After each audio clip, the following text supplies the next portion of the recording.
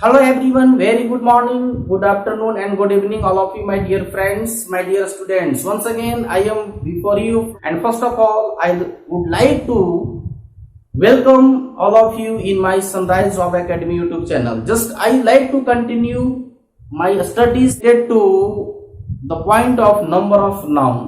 आइए मैं फिर से आपके सामने हाजिर हूँ, आप सभी का स्वागत करता हूँ अपने YouTube channel sunrise job academy में। फिर से मैं आपको पढ़ाई को जारी करते हुए मैं उस नंबर ऑफ नाउन की पॉइंट को कंटिन्यू करता हूं। But before getting the knowledge, at first I would like to provide the some words, and those words are very easy and known to all of you, but there will be confusion at the time of fill in the blanks, getting the sense of the fill in the blanks and approaching cloze test. कुछ words को मैं आपको दे रहा हूं, उस words को आप जानते हैं, बेहद ही आपसे परिचित है, लेकिन फिर भी कंफ्यूजन है जब आप फिल इन दी ब्लैंक्स करेंगे और जब आप क्लोज टेस्ट को बनाएंगे। सबसे पहले मैं बात कर रहा हूं जो डिफरेंसेस होंगे। फर्स्ट वर्ड मेरे पास है student and pupil. Both words are very simple, दोनों वर्ड्स बेहद ही आसान होंगे, लेकिन क्या आपको पता है कि बचपन से पहले, जब बचपन में पढ़ाई पढ़ता था, बचपन में आप पढ़ते होंगे, चाइल्डहुड की बात अगर कहा जाए तो हम लोग स्कूल में एप्लीकेशन लिखते थे, वह लिखते थे कि योर ओबीडिएंट पुपिल, अब लिखते हैं योर ओबीडिएंट स्टूडेंट। क्या डिफरेंसेस हो गया? आइए मैं आपको दिखाता हूं। स्टूडेंट्स उसको बोलते हैं जो एक लर्नर भी होता है और एक गाइडर भी होता है।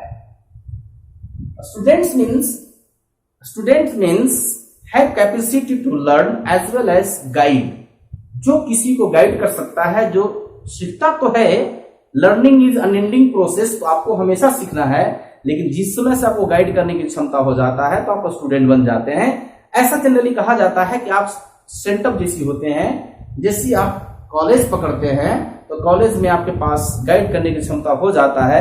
तो स्टूडेंट हम तब बनते हैं जब हमारे पास गाइड करने की क्षमता हो, और पुपिल तो हम तब रहते हैं जो सिर्फ मेरे पास लर्न करने की क्षमता होता है। तो this is the difference between student and pupil. Next one, अगर मैं बात कर लेता हूं अगले डिफरेंस की, अगला डिफरेंस क्या हो सकता है, इसमें है अगला डिफरेंस, ठीक है।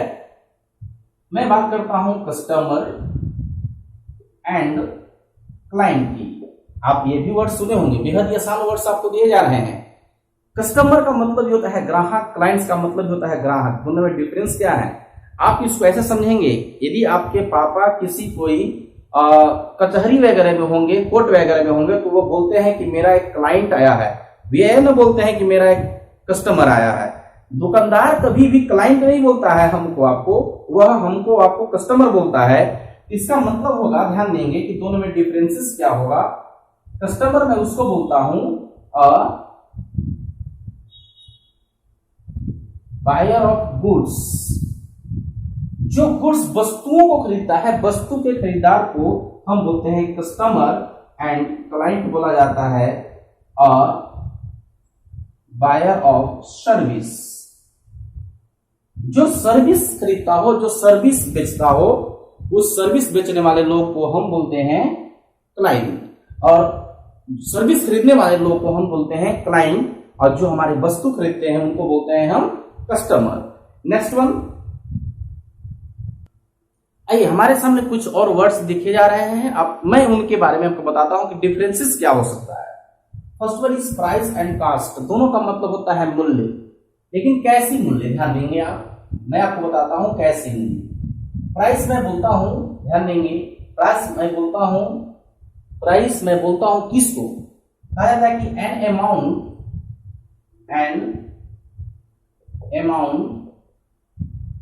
Paid by customer.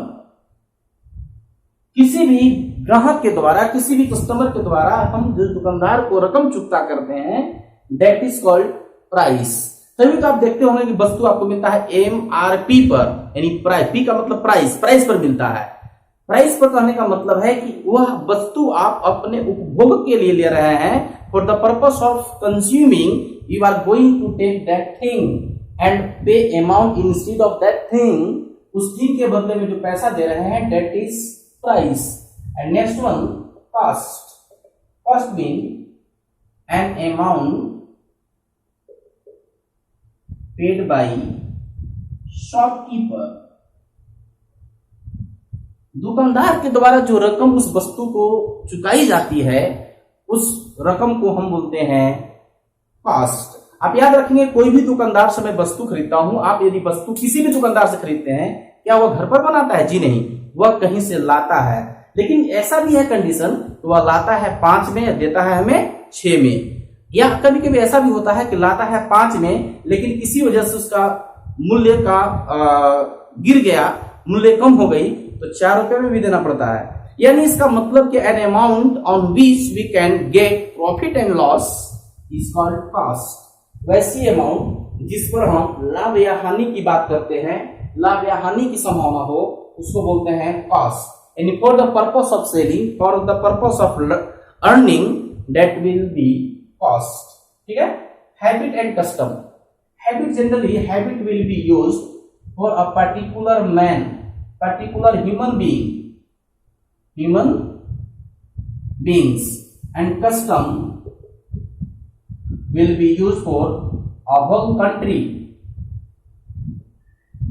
या कह सकते हैं कि a whole race, किसी भी संकाय के लिए, किसी भी कंट्री के लिए, देश के लिए जो रीति रिवाज होती है उसको मैं बोलता हूं कस्टम। जैसे मैं अगर बात कर लूं, smoking is not a bad custom, smoking is bad habit. क्योंकि आपके पास स्मोकिंग हो सकता है, मेरे पास नहीं, मेरे पास हो सकता है, आपके पास नहीं। पर but getting marriage is a custom, क्योंकि शादी करना एक रीति रिवाज है। ऐसा नहीं कि मैं शादी करूंगा, आप नहीं, आप करेंगे और किसी नहीं। यह एक दिन न एक दिन सबको करना होगा। तो getting marriage is a custom but smoking is habit. Okay, next one, lady and women. Lady और वुमेन में डिफरेंसेस क्या होगा? This is the very important, this is the very important. And how can I maintain the difference between lady and women? आप कहीं कहीं देखते होंगे कि लेडी सीट है, मत बैठना, बस पर आप देखते होंगे, किसी आप सवारी गाड़ी पर देख रहे होंगे, क्या डिफरेंस हो सकता है? Just talk about the same point. आइए मैं आपको बात करता हूं इसी पॉइंट के बारे में। Generally women denotes gender. याद रखेंगे, जो वुमेन होता है वह जेंडर, लिंग को डिनोट करता है, महिला है या पुरुष, यानी महिला को मेंटेन करता है। But lady don't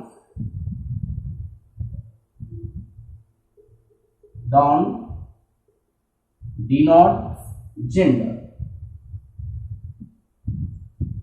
lady gender denote नहीं करता है, लेडी मेल फीमेल डिनोट नहीं करता है, परंतु अगर मैं वुमन की बात करूं, यह आपको डिनोट करता है कंप्लीटली जेंडर। आपको अगर मन में बात यह हो रहा हो, क्या यदि lady, if lady is not use in the indication of gender, where I can use lady, कहां मैं प्रयोग करता हूं, इसको आप उतार लीजिए, मैं अगला दिखा रहा हूं कि इसका प्रयोग कहां करेंगे। Generally, lady is used to denote social character and social rank. Lady का जो मैं प्रयोग करता हूं वह lady is used to denote social character और social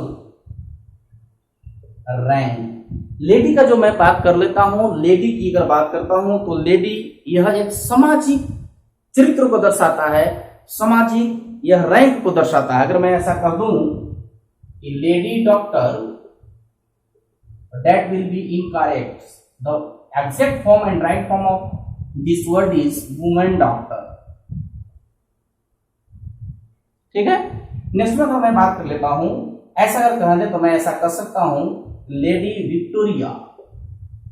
lady Victoria, lady Victoria, ऐसा मैं कह सकता हूं कि लेडी लक्ष्मीबाई। लेडी लक्ष्मीबाई या lady Victoria is used to denote social rank, social character in our country, so that will be known as lady Victoria, lady Lakshmibai. इससे आपको एरर कहां मिलेगा? एक एरर मैं आपको दिखाता हूं जो इससे रिलेटेड आता है। जिस वाक्य में the sentence in which there are used pronoun she will not take women, जिस वाक्य में आपको प्रोनाउन सी का प्रयोग किया जाए, सी का प्रयोग किया जाए, उस वह कभी भी वुमेन नहीं लेगा। जैसे अगर मैं बात कर लेता हूं, she is a women doctor, this sentence is incorrect because she also indicate gender. She का प्रयोग हम जेंडर को इंडिकेट करने के लिए ही करते हैं। जब सी ऑलरेडी जेंडर इंडिकेट कर रहा है तो फिर इसकी कोई जरूरत यहाँ नहीं है। पढ़ने में बहुत अच्छा लग रहा होगा आपको, लेकिन दैट इज इनकरेक्ट। अगर मैं ऐसा कर लेता हूं कि she was a women engineer, अगर मैं ऐसा कर लेता हूं तो that will be incorrect because she also indicate the engineer, that will be female. यह ऑलरेडी इंडिकेट कर रहा है कि वह इंजीनियर ऑलरेडी फीमेल है, तभी तो सी लगाया गया। In this case we also change article and not a. इस प्रकार से अगर मैं बात करूं तो थोड़ा सा इसको आप टिक आउट करेंगे, थोड़ा सा आप इसको मेंटेन करेंगे, इसकी शॉर्ट ले लीजिए। Just we get the next rule and we talk about the next rule. There are some such nouns with separate Hindi meaning in the form of singular and plural. कुछ ऐसे भी नाउन्स होते हैं जो सिंगुलर में कुछ और मीनिंग प्रोवाइड करते हैं और प्लूरल में कुछ और मीनिंग प्रोवाइड करते हैं। दैट मीन्स उनके सिंगुलर फॉर्मेट में और प्लूरल फॉर्मेट में meaning not will be same, that will be different. और बात करता हूं मैं सबसे पहले अल्फाबेट की। अल्फाबेट मीन्स वर्णमाला, अल्फाबेट्स प्लूरल, अल्फाबेट का प्लूरल अल्फाबेट्स होगा। अल्फाबेट्स का मतलब होता है भाषाएं, अल्फाबेट की मतलब वर्णमाला, अल्फाबेट्स की मतलब भाषाएं। अपीयरेंस, अपीयरेंस का मतलब हम लोग बात करते हैं बेहद ही आसान होगा। अपीयरेंस, अपीयरेंस का मतलब होता है रूपरेखा। फिर से बात करेंगे, अपीयरेंस, अपीयरेंस का मतलब होता है रूपरेखा। अब अपीयरेंसेस, इसको मैं प्लूरल बनाया, अपीयरेंसेस का मतलब होगा बाहरी दिखावा। Next one air, air means जान ही रहे होंगे हवा। एयर्स, एयर्स का मतलब हवा नहीं कहना है क्योंकि ऑलरेडी हवा uncountable, that can not be used in plural. यदि प्लूरल में प्रयोग हुआ है इसका मतलब कि मीनिंग कुछ और होगा। और एयर्स का मीनिंग अगर बात करें, इसका मीनिंग होता है हाव भाव। बात कर लेता हूं एब्यूज, एब्यूज का मतलब होता है गाली। नॉट गाली देना नहीं कहेंगे क्योंकि यह नाउन मैं आपको पढ़ा रहा हूं, वर्ब में होगा गाली देना। मैं बात कर रहा हूं एब्यूज का मतलब गाली। एब्यूज का मतलब होता है कुरीतियां, जो हमारे समाज में कुरीतियां व्याप्त है उसी को बोलते हैं हम एब्यूजेस। एडवाइस का मतलब सलाह, एडवाइसेस का मतलब होता है सूचनाएं, जो आपको बस सूचना होगा। एस्पेक्ट लिखा है कि स्पेक्टेकल, स्पेक्टेकल का मतलब चश्मा, ये ना गलत गलत किससे गलत कर रहे हैं। स्पेक्टेकल का मतलब होता है दृश्य, स्पेक्टेकल्स का मतलब होता है चश्मा, जो आप और हम यूज करते हैं अपने दैनिक जीवन में। एमेंड, एमेंड का मतलब होता है, एमेंड, एमेंड का मतलब होता है सुधार। अब एमेंड्स, एमेंड्स का मतलब होता है क्षतिपूर्ति। पेन, पेन का मतलब होगा दर्द। पेन्स का मतलब होगा संघर्ष, जो आप संघर्ष करते हैं। Your pains in competition is very high to get the desirable post in SSC. आप जो संघर्ष कर रहे हैं एसएससी में मन मुताबिक पोस्ट लेने के लिए, बेहद ही आपका संघर्ष स्ट्रॉन्ग है, हाई है, तो that will be pains. Return का मतलब होता है वापसी। रिटर्न्स, रिटर्न्स का मतलब होता है हिसाब किताब।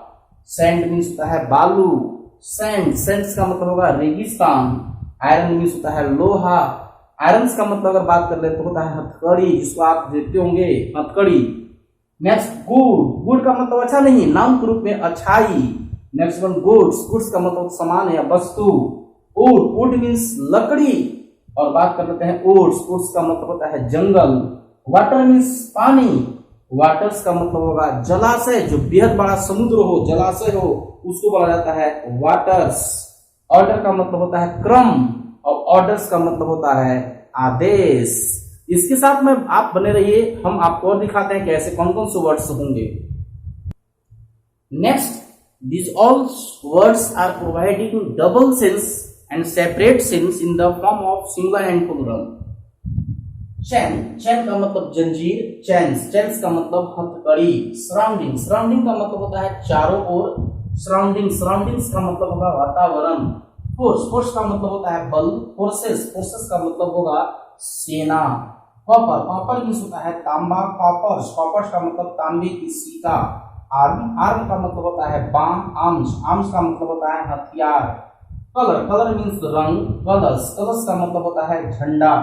क्वार्टर मीन्स होता है चौथाई भाग। नेक्स्ट वन क्वार्टर्स का मतलब होगा रूम या डेरा। मैनर का मतलब होता है तरीका या आदत। मैनर्स का मतलब होगा आचरण या व्यवहार। वर्क मीन्स होता है काम।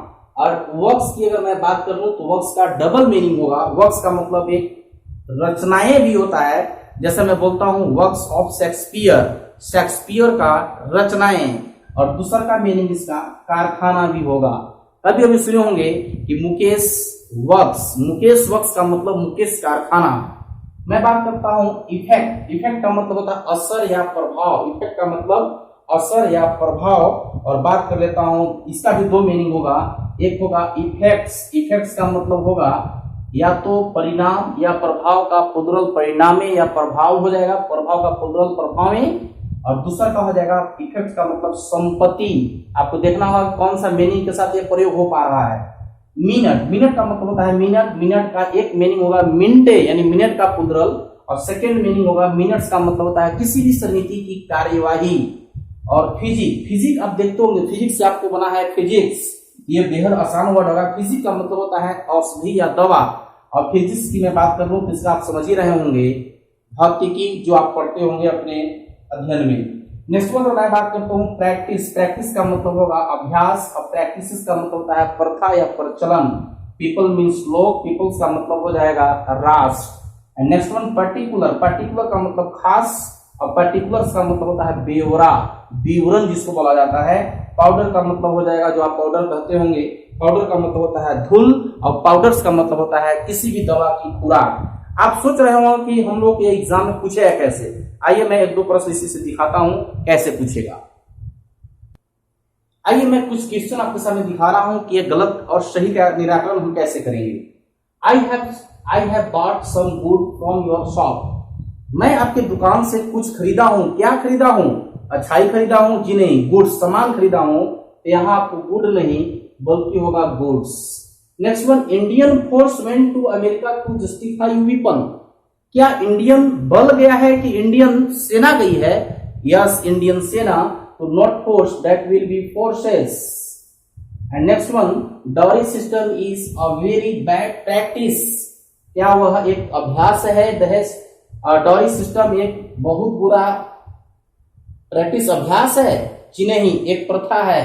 तो प्रथा के लिए not practice but practices. And next one, keep your practices regularly. अपना अभ्यास बनाए रखे नियमित, या अपना प्रथा बनाए रखे नियमित। अपना अभ्यास, नॉट प्रैक्टिसेस बट प्रैक्टिस। इस प्रकार से भी आपको यहां से प्रश्न मिलते हैं और आप इसको मेंटेन करेंगे और एग्जाम में आप इसको बेहद ही अच्छी तरह से अप्रोच कर लेंगे।